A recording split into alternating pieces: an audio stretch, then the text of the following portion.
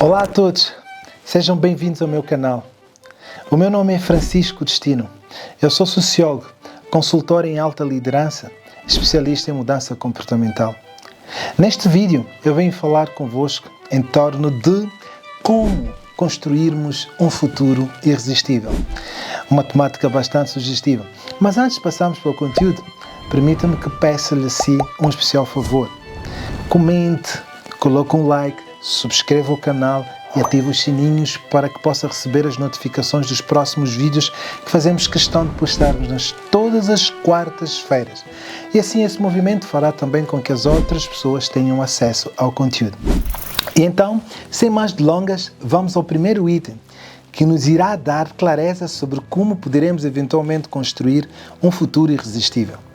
Para construirmos um futuro irresistível, nós precisamos utilizar a lógica da ferramenta de GPS.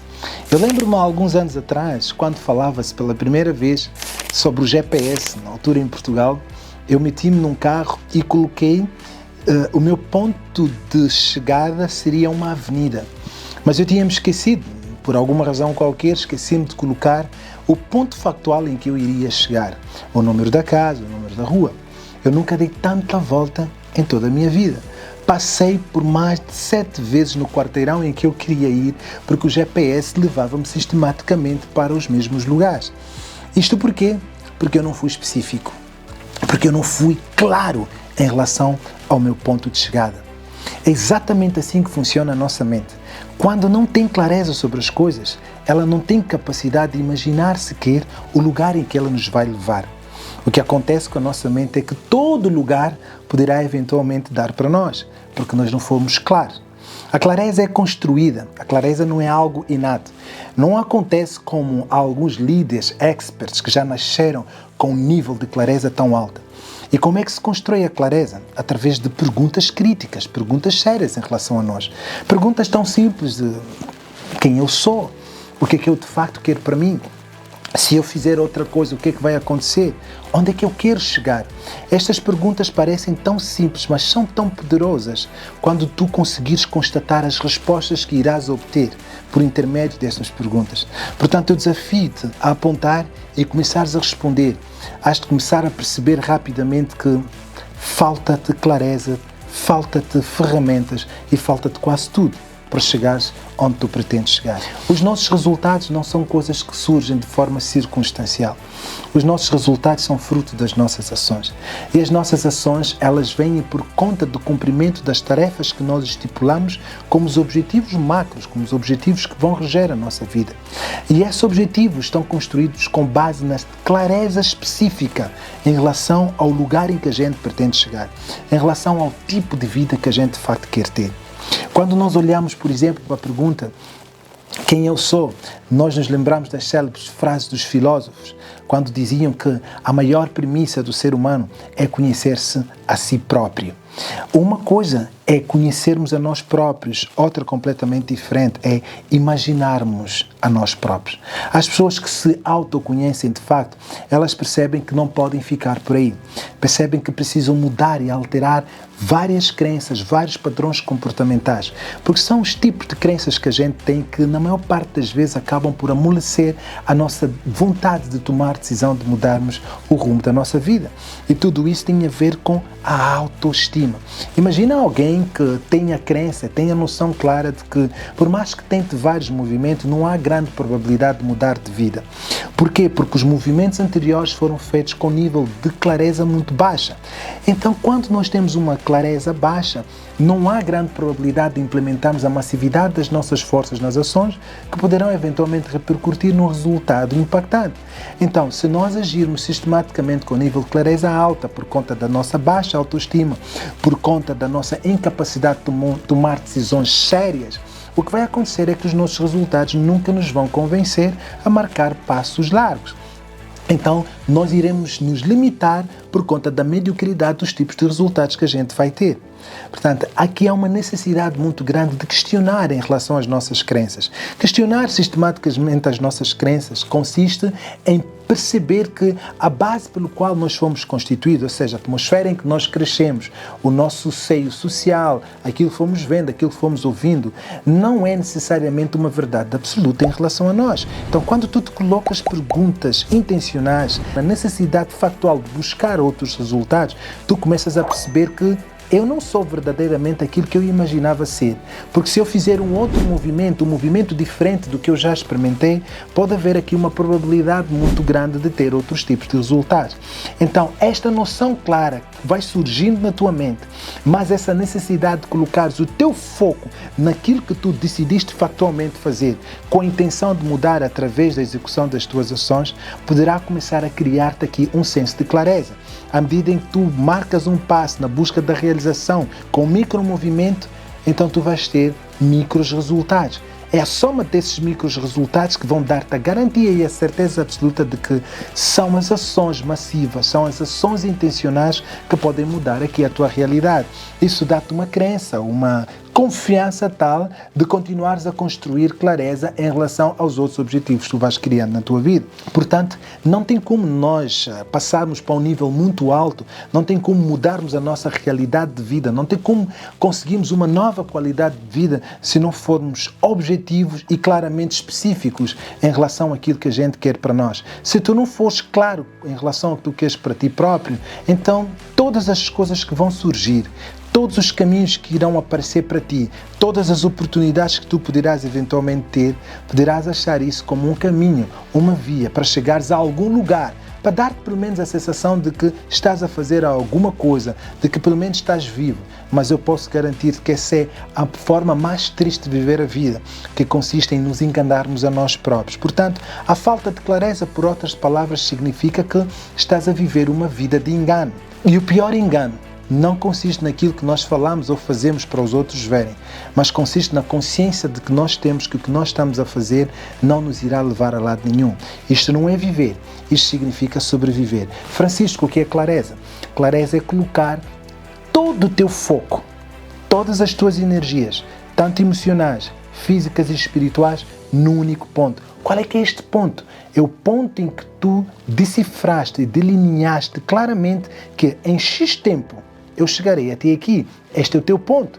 Por outras palavras, este ponto chama-se o teu objetivo de vida.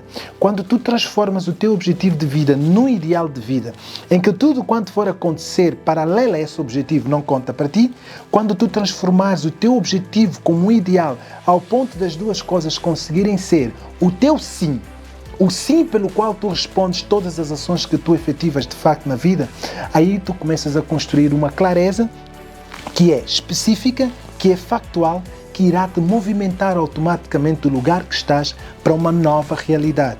Ainda que tu não acredites que estás a movimentar, mas à tua volta as pessoas irão começar a perceber que por intermédio dessas ações tu estás a marcar passos que te poderão eventualmente levar para uma realidade diferente. Portanto, sem clareza, não tem como mudarmos a nossa realidade. Sem clareza não tem como somar. Sem clareza, sem foco, sem especificidade em relação àquilo que verdadeiramente a gente quer, não tem como nós combinarmos com a nossa mente de maneiras a que ela possa nos dar a energia suficiente para suportarmos os embates da vida e assim conseguirmos andar na busca da concretização e realização dos nossos objetivos de vida. E o segundo item tem muito que ver com a necessidade que tu tens, de facto, de criar um divórcio. Divórcio. Eu sou a favor desse divórcio. A favor da necessidade de nos separarmos de tudo aquilo que nos leva a uma mentalidade de escassez, a uma mentalidade fixa. Sabe, ao longo da minha jornada enquanto um ser humano, eu nunca acreditei, durante pelo menos 10 anos da minha vida, ao longo do meu processo de socialização, eu acreditava sempre que as coisas muito boas da vida não eram feitas para nós.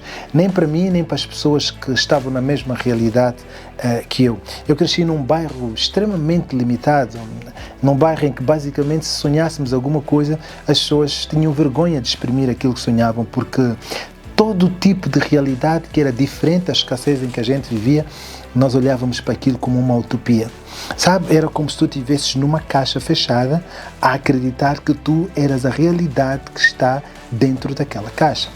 Eu cresci claramente, muito seriamente, a acreditar nisso. Portanto, ao longo da minha vida fui conquistando algumas coisas ainda de forma inconsciente.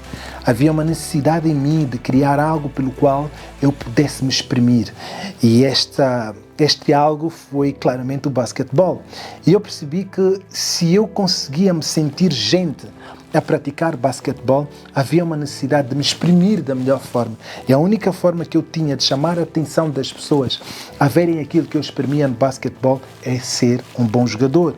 Então eu fui atrás daquilo que eram os cânones dos bons jogadores, o que é que os bons jogadores faziam. Daí que eu comecei a modelar a minha vida, a vida de um atleta já falecido, Kobe Bryant, e comecei a perceber que ele tinha uma mentalidade vencedora, uma mentalidade abundante. Tudo que ele demonstrava nessa mentalidade era completamente adverso àquilo que eu acreditava. O Kobe Bryant não tinha pena dos seus adversários. Eu achava que em todo momento tinha que ter fair play. Eu até achava que a competitividade era algo injusto porque nós tínhamos que ser bons com as pessoas que estivessem connosco. Então eu comecei a perceber que uma coisa de facto não tinha absolutamente nada a ver com a outra. Essas são as habilidades que eu fui buscando. O que acontece é que chega um ponto em que tu entendes que para ser bom tu precisas pensar como os bons pensam. Não significa necessariamente que tu precisas ser igual aos bons, mas tu precisas começar em algum lugar. E esse começo vem aqui, na mente, mudança de mentalidade. Não importa o lugar que tu estejas, porque o lugar que tu estejas não define o lugar em que tu vais chegar. Não importa o que tu saibas nesse exato momento, não importa a quantidade de dinheiro que tens ou não tens, não importa aquilo que tu recebeste como informação ou como uma herança, não importa nada disso. Não é sobre os recursos que eu estou aqui a falar. Eu estou aqui a falar sobre uma substância que é de extrema importância. Mente. Eu posso estar amarrado num buraco, mas se a minha mentalidade não for uma mentalidade de vítima, não for uma mentalidade de mediocridade ou de escassez, mas se eu colocar uma mentalidade de abundância, uma mentalidade de vencedor, uma mentalidade que acredita que por mais enterrado que eu esteja, ainda assim, se eu tiver pelo menos o batimento do meu coração a mover-se, a qualquer momento, a situação irá contornar-se. Portanto, é esse tipo de mentalidade que a gente precisa construir. E como é que nós construímos essa mentalidade? Através da rejeição de tudo que é medíocre. E nós só conseguimos rejeitar o medíocre quando percebemos a atmosfera em que nós estamos inseridos. É preciso aprender aqui a dizer não. Não a tudo que te afasta do teu sim. Qual é que é o teu sim? O teu sim é o objetivo que tu construís para ti. Então, tudo aquilo que te afasta desse sim, todos os convites que te afastam deste sim, todos os gastos que te afastam desse sim, tu tenderás ou terás que aprender a dizer absolutamente não. A partir desse pressuposto, passará a ser fácil para ti. Por quê? Porque tu estás de facto focado naquilo que tu construíste como algo claro. Então tudo aquilo que te afasta é um não. E tudo que é não, tu tens que ter a capacidade de confrontar e de exprimir. Portanto, o segundo pressuposto é perceber que tu foste feito para crescer. A tua natureza, a minha natureza, a nossa natureza enquanto seres humanos é uma natureza de crescimento. O nosso propósito é um propósito de crescimento. Deixa-me dizer uma coisa. Sabe, a figueira, o maior propósito da figueira é produzir figos. O maior propósito da laranjeira é produzir laranja. O maior propósito do ser humano é crescer e transbordar. Não tem outra coisa. Nós não temos um propósito maior que isto, que é crescer ao ponto de encher o nosso copo e transbordar para os outros. E é aqui que vem o segredo da abundância. Deixa-me abrir aqui um parênteses para explicar. As pessoas são prósperas a partir do momento em que elas começam a transbordar. As pessoas não se tornam prósperas quando elas estão a crescer, porque o crescimento é uma jornada do aprimoramento. Tu não consegues transbordar de forma impactante na vida das pessoas quando tu estás no aprimoramento.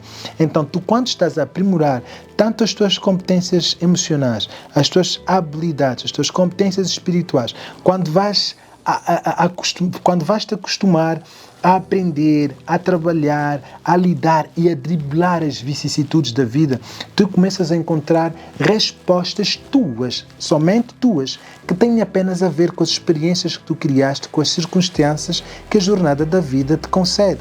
Então são essas experiências que tu irás acumular ao ponto de servir o ecossistema. Quando nós chegamos ao ponto de servir o ecossistema, nós estamos a transbordar. Nós estamos a transbordar para as pessoas que estão a padecer pela mesma situação que nós e que precisam das outras experiências para crescerem também e depois de algum tempo conseguirem transbordar. Quanto mais transbordos a gente conseguir fazer na vida das pessoas, mais o próprio ecossistema terá a responsabilidade justa de nos conceder à medida em que nós transbordamos. Portanto, não queres receber do ecossistema aquilo que tu não transbordaste. Tu precisas primeiramente transbordar ao ponto de servir o próprio ecossistema e ele, por sua vez, há de dar-te aquilo que tu, de facto, foste transbordando. Portanto, o transbordo tem muito que ver com o teu preparo. Quanto mais preparo tiveres, quanto mais capacidade de dominar as habilidades, quanto mais capacidade tu tens de impactar a vida das pessoas através daquilo que tu fazes, quanto mais possibilidade tu tiveres de aproximar-te perante as pessoas, de servir as pessoas, de dar o teu melhor para que possas contribuir de forma positiva na vida das pessoas, das instituições e de tudo aquilo que faz parte do ecossistema, maior será a probabilidade de tu alavancares outros tipos de recursos que o ecossistema te vai acarretar. A isso eu chamo de prosperidade. E as pessoas confundem a prosperidade com dinheiro. São duas coisas completamente diferentes. Então, todos esses movimentos vão acontecendo quando começares a ganhar consciência em relação àquilo que tu precisas e necessitas de deixar para trás. A isso eu tenho chamado de resistência à mediocridade. Porque se tu aceitas a mediocridade, tu irás crescer como uma pessoa medíocre. Então, os medíocres não transbordam para o ecossistema.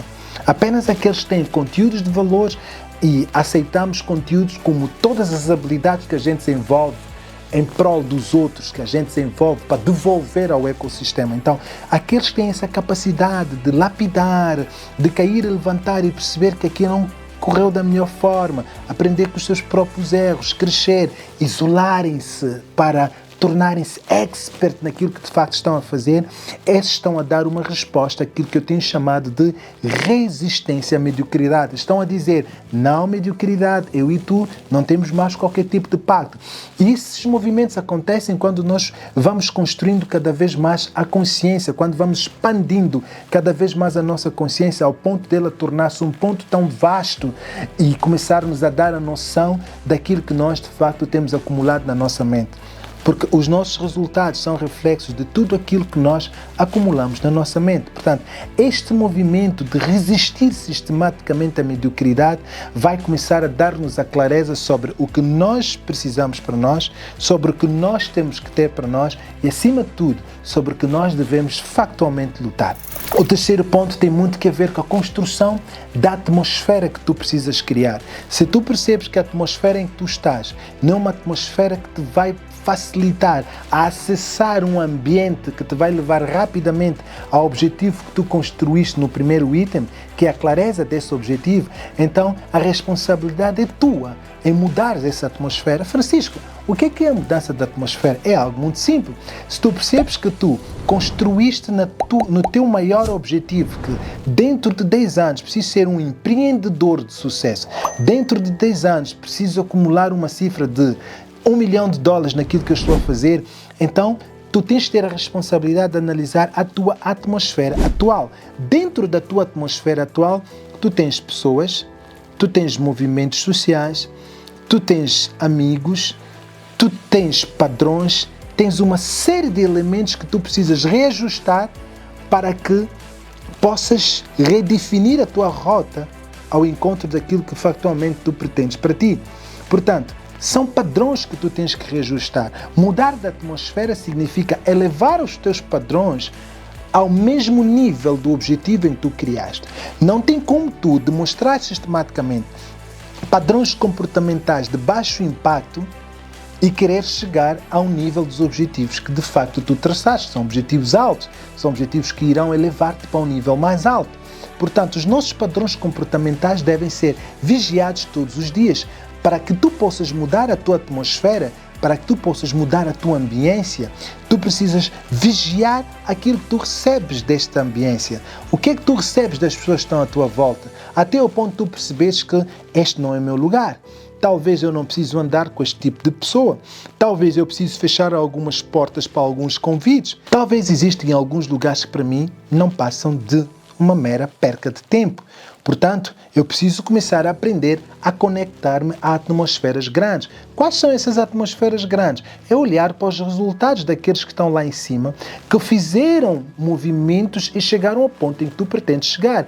E como é que tu fazes isso? Através da modelagem. Atenção, tu não precisas modelar o resultado que as pessoas de facto têm, mas tu precisas modelar os padrões comportamentais. Na maior parte das vezes as pessoas olham para os resultados, mas não têm acesso aos padrões comportamentais, não têm acesso às dificuldades, às lutas, o backstage do preparo daquilo que eles de facto passaram. E é aí que tu tens que criar uma ponte que te conecta estas pessoas para que no momento oportuno tu possas fazer questionamentos qualitativos. E quais são esses questionamentos? Por exemplo, quais são as maiores dificuldades que tu tiveste? Olha, eu estou neste ponto e apetece-me desistir. Tu passaste por isso? O que é que tu fizeste quando tu chegaste neste ponto? E tu vais começar a ouvir histórias que tu vais dizer, espera aí, como é que é possível? Ele passou pelo mesmo que eu passei e ainda assim conseguiu construir esses resultados todos. Então tu começas a perceber que, uau, é fundamental que eu ande com pessoas que já construíram coisas, que eu ouça conselhos, de facto, conselhos construtivos daqueles que factualmente construíram coisas. Então essa noção há de começar a perceber que há de levar a uma noção clara de que tu precisas não confrontar, não invejar aqueles que já atingiram o que tu pretendes atingir, mas precisas te tornar alguém que vai se aliar ou alguém que em algum momento há de emprestar o seu tempo, atenção, não vender, mas emprestar o seu tempo para que caminhando juntos possa começar a perceber os mistérios que estão de facto escondidos por detrás dos resultados que eles foram granjeando. Portanto, mudar a atmosfera, a palavra parece ser muito fácil, mas é um movimento difícil. É um movimento que pode se resumir numa única expressão: renúncia. Renunciar tudo aquilo que me afasta daquilo que eu quero. Desde prazeres, sabe? A nossa mente, nessa perspectiva, ela tem uma capacidade muito grande de nos aproximar a tudo aquilo que nos dá prazer e nos afastar a tudo aquilo que nos traz dor.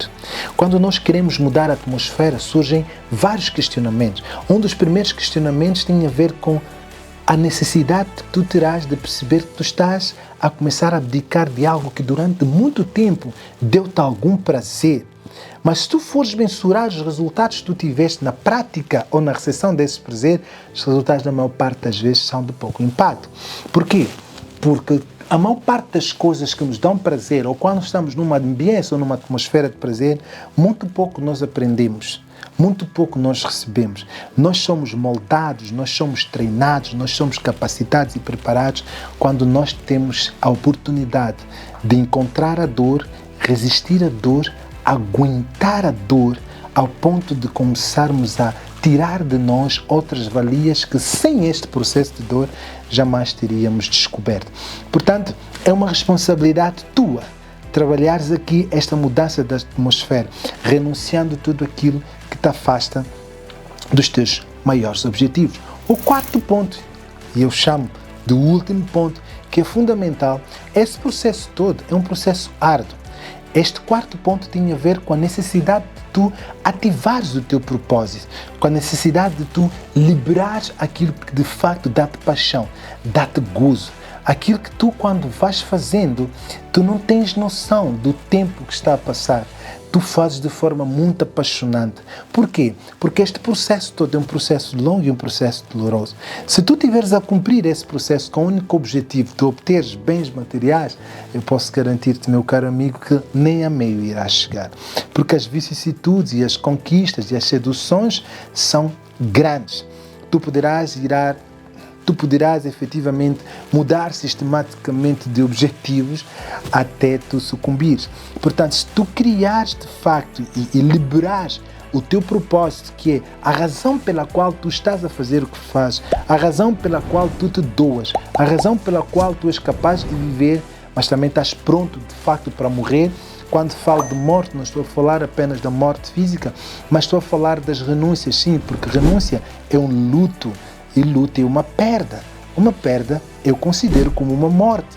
Tu morres, mas hás de ressuscitar numa outra ambiência, numa outra atmosfera, porque hás de ressuscitar com um novo conhecimento, hás de ressuscitar com uma habilidade melhor treinada, e assim tu és uma pessoa de facto que vai enfrentar com melhor preparo as maiores dificuldades que a vida te vai apresentar.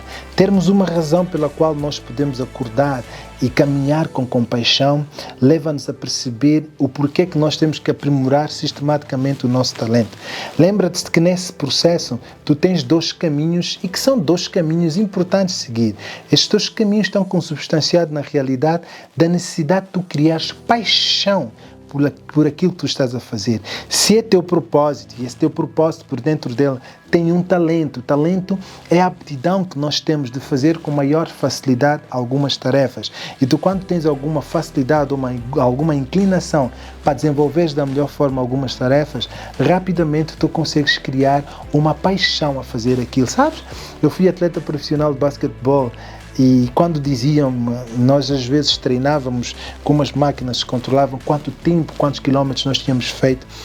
Eles davam as minhas quilometragens e eu, na maior parte das vezes, duvidava sempre, porque sem bola jamais eu conseguiria correr metade daquelas quilometragens todas. Então, durante 2 horas a jogarmos, eles davam-me aquelas quilometragens e diziam, não fui eu que fiz, mas era exatamente eu que tinha feito aquilo. Porquê? Porque havia uma coisa que movia-me. Eu tinha paixão pela bola. Sempre que ele se movimentasse de um lado para o outro, eu estava atrás dele com igual vigor, desde o início até ao fim. A isso se chama trabalhar com paixão. Quando tu crias paixão por alguma coisa na vida, é assim que tu te tornas.